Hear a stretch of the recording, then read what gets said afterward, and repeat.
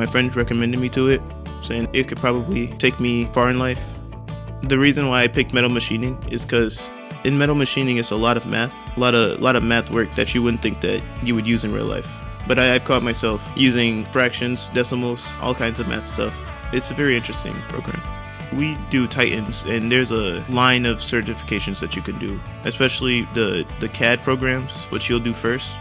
I get told every day that their businesses are always looking for people, seeing like who will be a good fit for their company. I am Trey Smith, and I am TEC Metal Machining Technology.